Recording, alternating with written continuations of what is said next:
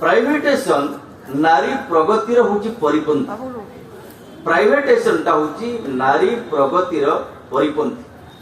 आज अनेक महिला बसुଛନ୍ତି कर्मजीवी महिला देखिए से माने सरकारी क्षेत्र रे बा राष्ट्रीय क्षेत्र रे काम करुवा जो तांको पर जो सुविधा सुजोग किछि रही आज घरोई क्षेत्र रे नाही। तेणु जगतीकरण प्राइवेट माने घरोईकरण जमाना रे आज मालिक चाहिए अधिक केमती मुनाफा सृष्टि करिबो तार सामाजिक मूल्यबोध रहिबो नाही। तेणु सेइथि पई आज जो भयंकर भावे घरोईकरण होउची नारी शक्ति सामना को बेसी आसीबा दरकार। आज ओमेन मान को पई सरकारी संस्था रे जो सुविधा सुजोग रही तांकर मैटरनिटी लैब कथा कुआ जाई पारे, सेपरेट टॉयलेट रो व्यवस्था कथा कुआ जाई पारे एवं स्त्री रोग रिलेटेड अनेक किसी सुविधा सुजोग थाई पारे। आज ताकू घरोई संस्था दवा पाई ताकू कुंठाबोध करू। तेणु आम सरकार घरोईकरण नीति विरुद्ध में लड़ाई करने पड़ो। आम सरकारी क्षेत्र में रहिले आम राष्ट्रीय शिल्प रहिले जो सुविधा सुजोग नारी पाई पारुची सेटा वंचित हेब जदि घरोईकरण हुए।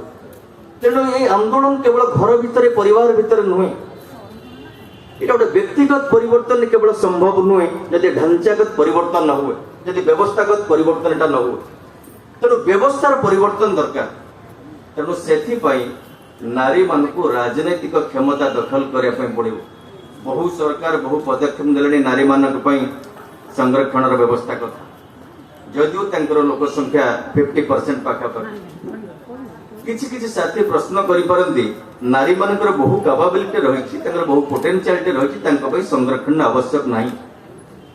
मुझे कहीं मोर भिन्न मत पोषण करने चाहूँ। बहु साथी व्यक्तिगत एकेडमिक एक्सेलेंस जरिया से उच्च पद में पहुंची पारती किंतु पार्लियामेंट को विधानसभा को पशिया गोटे निर्दिष्ट राजनैतिक दल टिकेट पाइबा पड़ो। एवं बर्तमान जो राजनैतिक व्यवस्था निर्वाचित होगापाई जड़े साधारण महिला से जगह को जापर ना। तेणु जो राजनैतिक दल से नारी के टिकेट दब तेणु से दल क्या कंट्रोल ने से तो पुरुष प्रधान मानसिकतार से जर्जरित से घारी होती। तेणु ये रिजर्वेशन कहूँ जमती आम कम्पिटेटिव एग्जाम परीक्षा देके आसुचु आम विधानसभा बा संसद भीतर को सही जरिया पशि पार ना। कारण विभिन्न राजनैतिक दल से पुरुष केन्द्रिक मानसिकता जो लोक मान द्वारा जी नियंत्रित हो। खाली गोटे कथा कही मोर वक्तव्य शेष करी आज जो घरोईकरण कथा आम कहूँ जो राजनैतिक स्थान दखल कर आवश्यक रही नारी मानकर। आज भारत वर्षर शासन व्यवस्था जहां नियंत्रण ने Bharatiya Janata party ideological parent होची आरएसएस राष्ट्रीय स्वयंसेवक संघ।